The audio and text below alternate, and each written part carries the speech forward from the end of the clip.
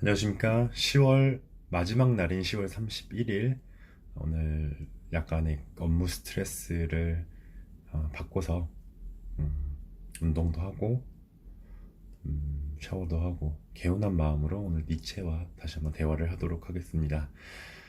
음, 네. 어제는 두 가지 챕터를 했던 것 같아요. 어제는 어떤 얘기를 했었냐면은 우선 한 발의 인생에서 한 발의 화살이 되어라 라는 내용의 단원과, 두 번째로 한 발의 화살이 되어라랑 한 발의 화살이 되어라, 그 다음에 했던 게 내일을 향한 화살과, 그리고 두 번째로 자화자찬의 힘, 자기 자신을 사랑하라는 대목의 단원으로 시작을 했었고, 오늘은 이제 분노의 불꽃으로부터 도망쳐라 라는 챕터를 말씀드리도록 하겠습니다. 오늘 그리고 깨알 자랑은, 오늘 운동하면서 축구를 제가 어릴 적에 조금 했었었는데 혼축을 할 수밖에 없습니다. 이사를 해서 혼축을 할 수밖에 없는 상황에서 그물과 친구가 돼서 그물에 1000번 튀겨 슈팅하기 1000개를 완성을 했고, 나름 뿌듯합니다. 이렇게 매일 한다면은 제 몸이 점점 더 건강해질 수 있으리라고 생각이 됩니다. 그리고 이 자세를 바로 함으로써 저의 뇌의 사고가 더 긍정적이고 올바른 쪽으로 갈 수 있다는 것을 다시 한번 느꼈기 때문에, 저의 관절과 이런 신체들을 올바른 자세로 만드는 것을 습관화하는 것이 뇌를 더 명쾌하게 하는 데 도움이 된다고 할 수 있을 것 같습니다. 자, 분노의 불꽃으로부터 도망쳐라. 나를 풍요롭게 해줄 대상을 찾지 말고 나 스스로가 풍요로운 사람이 되도록 항상 노력해야 한다. 이것이 바로 자신의 능력을 높이는 최선의 방법이자 풍요로운 인생을 만드는 지름길이다. 질투로 인해 맹수가 되어버린 사내. 프랑스어로 르상티망이라는 말이 있다. 원한, 증오, 질투 따위의 감정이 반복되어 마음속에 켜켜이 쌓인 상태를 말하는 이 단어는 현대인의 가슴속에 도사리고 있는 막연한 분노 또는 질투를 의미한다. 나는 예전에 벤츠 자동차나 호화 전원주택같이 일반인들의 질투를 불러일으키는 것을 가진 사람들에게 질투세란 이름의 위자료라도 받아야 한다고 생각했었다. 20대를 너무도 궁핍하게 보낸 나한테는 그런 감정이 너무나도 절실했다. 가진 자들에 대한 이유 없는 적개심 때문에 막연한 분노가 일었던 것이다. 나카지마 아스시의 산월기라는 단편소설이 있다. 일본 고등학교 교과서에도 실린 이 글은 분노로 인해 인간이기를 포기한 사내의 고백을 통해 막연한 분노나 질투심이 인간을 얼마나 피폐하게 만드는지를 깨닫게 한다. 중국 당나라 현종 때 어려서부터 똑똑하다는 소리를 들은 이징은 진사시험에 급제하면서 입신 출세의 꿈에 부풀지만 변변찮은 직분과 녹봉에 좌절하고 시리의 나날을 보내게 된다.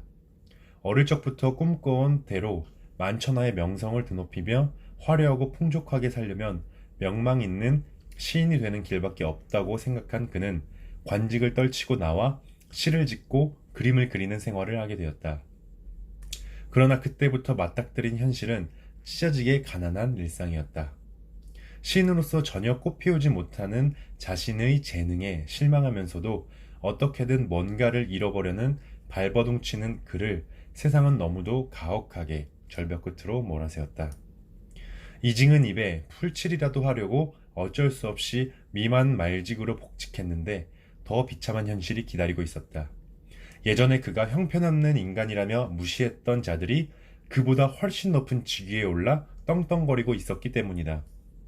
그들보다 자신의 능력이 뛰어나다고 자부할수록 그런 능력과는 별개로 높은 자리에 앉아있는 그들에게 질투를 느끼면 느낄수록 그의 삶은 나락으로 치달을 뿐이었다. 이런 상황을 도저히 견딜 수 없었던 그는 어느 날 미친 듯이 울부짖다가 아예 종적을 감추었다. 그로부터 1년 뒤에 원참이란 사람이 승진하여 영남지방의 임지로 가기 위해 어느 산골짜기를 지나게 되었다. 산속을 지나는 도중에 갑자기 호랑이 한 마리가 나타나 그를 덮치려 했는데 가만히 보니 그것은 1년 전에 사라진 이징이었다. 두 사람은 같은 해에 진사 시험에 합격했던 친구 사이였다. 원참이 이징에게 어떻게 호랑이가 되었는지 묻자 그가 대답했다. 어느 날 밤 밖에서 누군가 나를 부르는 소리가 들려 정신없이 뛰어나갔다네. 그렇게 한참을 달려 어느 개울가에 당도했는데 강물에 비친 내 모습을 보니 온몸이 털로 뒤덮인 호랑이로 변해 있었다네. 내가 짐승으로 변한다니 도저히 받아들일 수가 없어 당장 죽을 결심을 했지만 토끼 한 마리를 본 순간 그 생각은 잊어버렸고 잠시 후 내 입은 이미 토끼 피로 푹 젖어 있었다네. 그 뒤로 하루에 얼마 동안은 인간으로 돌아와 예전에 읽었던 책의 구절을 떠올리기도 했지만 시간이 흐르면서 이제는 인간으로 돌아갈 수도 없게 되었다네. 그리하여 얼마 전까지는 내가 왜 호랑이가 되었는지를 탄식했는데 이제는 내가 어찌해서 예전에 인간이었는지를 생각하게 되었으니 이 얼마나 두렵고 비통한 일인가. 이징은 높은 벼슬에 올라 임지로 향하는 옛 친구의 얼굴을 부러운 듯이 바라보다가 이렇게 말을 이었다. 나는 시로서 명성을 얻고자 했으면서도 스승을 찾지 않았고 성공을 바라면서도 벗들과 더불어 공부에 온몸을 던지지도 않았다네. 돌이켜보면 그 잘난 자존심이 바로 맹수였던 것일세.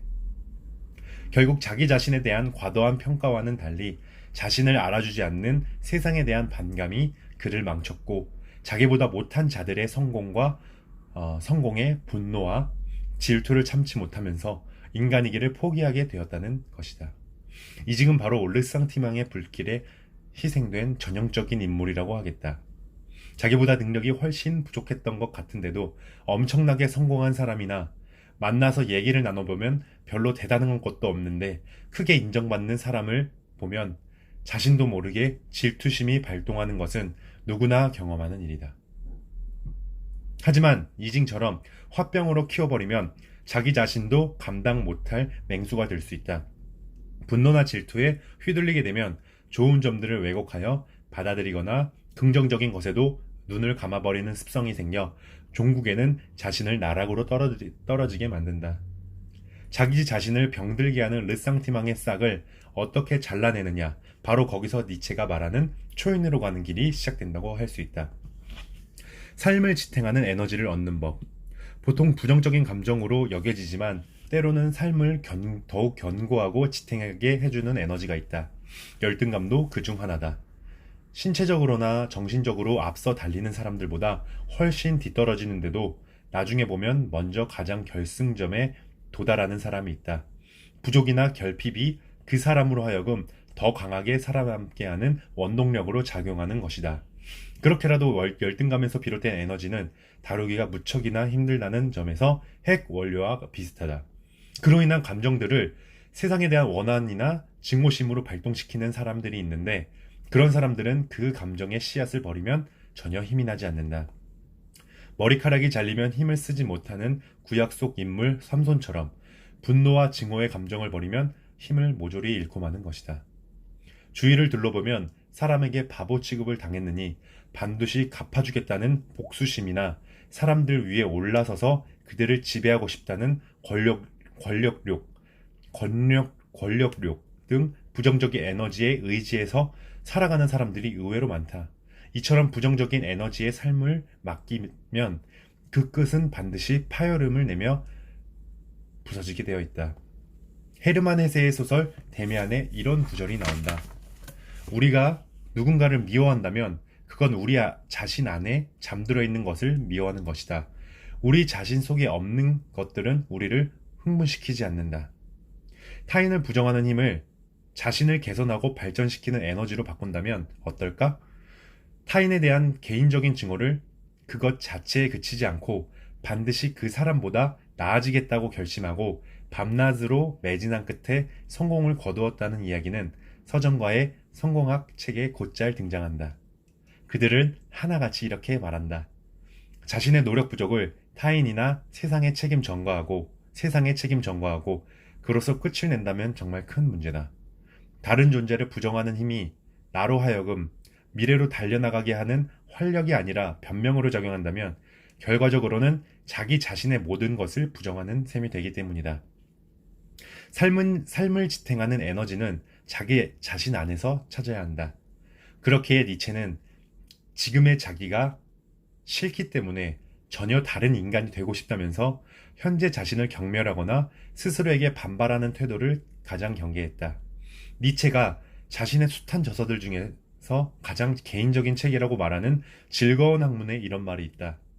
똑같은 것을 대해도 어떤 사람은 거기서 많은 것을 깨닫고 얻어내지만 어떤 사람은 한두 가지밖에 얻지 못한다. 사람들은 이를 능력 차이라고 말하는데 사실 우리는 어떤 대상으로부터 무엇을 얻어내는가가 게 아니라 그것에 의해 촉발된 자기 안에 무언가를 뽑아내는 것이다. 그러니 나를 풍요롭게 해줄 대상을 찾지 말고 나 스스로가 풍요로운 사람이 되려고 항상 노력해야 한다. 이것이 바로 자신의 능력을 높이는 최선의 방법이자 풍요로운 인생을 만드는 지름길이다. 지금은 스스로의 생각에 자신이 보잘것없는 존재처럼 느껴진다 해도 쓸데없는 곳에 신경 쓰며 맹목적으로 돌진하지 말고 부질없는 분노나 질투에 휘둘리지도 말고 그 자리에서 더 나은 나를 만들기 위해 노력하는 것이 산골짜기를 헤매는 맹수가 되지 않는 길임을 잊지 말라는 충고이다. 자, 오늘 얘기는 이제 프랑스어의 르상티망, 분노, 질투, 증오심 이런 부정적인 감정들이 자신을 이제 맹수로 또는 괴수로 또는 몬스터로 이렇게 만드는 그런 에너지로 보여진다는 얘기인데 이 에너지는 마치 핵연료처럼 다루기가 힘든 것이라고 이야기를 합니다. 정말 다루기가 힘들지만 그것을 긍정적인 에너지로 변환을 해주면서 사용을 한다면은 자기 자신이 풍요로워지고 그 풍요로워짐이 다른 사람도 움직이고 또 삶을 더 풍요롭게 만들 수 있다는 이야기인데요. 늘 이야기하는 거지만 한 번에 되는 것은 없습니다. 한 걸음 한 걸음 나아가면서 자신을 풍요롭게 만든다면은 사람들을 변화시키고 세상을 변화시킬 수 있다고 얘기하는 것이죠. 일단 골프나 이제 요새 트렌드 스포츠인 골프를 예로 들자면은 골프는 혼자 하는 운동은 아닙니다. 다른 사람과 18홀을 돌면서 이제 운동을 하게 되는데 경쟁하는 거죠. 타수를 줄이면서 상대방과 이제 게임을 하는 이제 멘탈 싸움이라고 합니다. 근데 이제 내가 샷을 하고 어느 정도 만족하는 플레이가 나왔는데 상대방이 조금 더 잘하는 플레이가 나오면은 되게 멘탈이 흔들리고 증오심과 또는 질투심 그리고 저 사람이 잘 치지 않았으면 하는 그런 못된 바램들이 마음속에서 피어나는 것은 자연스러운 이치인 것 같습니다. 그런데 그것을 반면교사로 저 사람은 잘하는 이유는 무엇일까? 저 사람은 내기를 하는데 타당 10,000원씩 해서 많은 돈과 시간을 투자하면서 저 정도 경지에 오르지 않았을까? 라는 생각을 하고 나는 그 사람의 그립과 스윙, 저 사람의 멘탈 하는 것들을 스승으로 삼고 나의 단점을 보완하는 그런 매개체로 삼아서 내가 발전하는 그런 과정으로 만든다면은 내가 다음번에는 그 사람보다 더 잘할 수도 있고 좀 못할 수도 있지만 과거의 저보다는 성장할 수가 있겠죠. 그러니 그 사람이 샷을 조금 잘했다고 해서 제가 질투심을 여길 게 아니고 그것을 반면교사 삼아 저 혼자 스스로 연습을 하는 겁니다. 고독을 스스로 자처해서 독립적인 나로서 조금씩 가다듬어 나가고 저를 태산처럼 높이 쌓는다면은 멈춰있는 상대방을 언젠가는 뛰어넘을 수 있다는 겁니다. 오늘 볼링 칠 때도 다른 사람과 볼링 칠 때도 3명이서 쳤지만 저는 2등밖에 하지 못했습니다. 마지막 꼴찌는 아예 잘 치지를 못하는 사람이었고 첫 번째는 고작 해봐야 100개 정도 치는 그런 선배였는데 그래도 볼링은 10번 이상 쳐본 저로서 술을 조금 마셨다고 치더라도 그 정도로 제가 하지 못했던 것은 스스로 마음의 동요가 일어났고 부정적인 생각을 했다는 거죠. 이것을 반면교사 삼아 다음번에 더 잘해야겠다는 생각을 하지 못했던 것처럼요. 다시 골프 얘기로 돌아가자면은 그 골프 치는데 내가 다른 상대방보다 조금 못하다고 하더라도 다음에 더 잘하게끔 노력하면 된다는 것입니다. 르상티망의 맹수가 되지 않기 위해서 저 자신을 더욱 풍요로운 사람으로 만들어야겠다는 내용입니다. 두서가 길고 이야기가 완벽하지 않더라도 다음번에는 계속 이렇게 생각하고 더 열심히 하고 저의 언어 습관을 더 개선시켜 나가는 그런 개선시켜 나가도록 하겠습니다. 과거로부터 배우고 오늘을 충실하며 미래를 향한 희망을 갖도록 하겠습니다. 또 나를 죽이지 못하는 고통은 나를 성장케 만든다. 잊지 말고 더 노력하도록 하겠습니다. 자, 오늘도 고생하셨고 10월의 마지막 밤 스윗 드림 하십시오. 고생하셨습니다.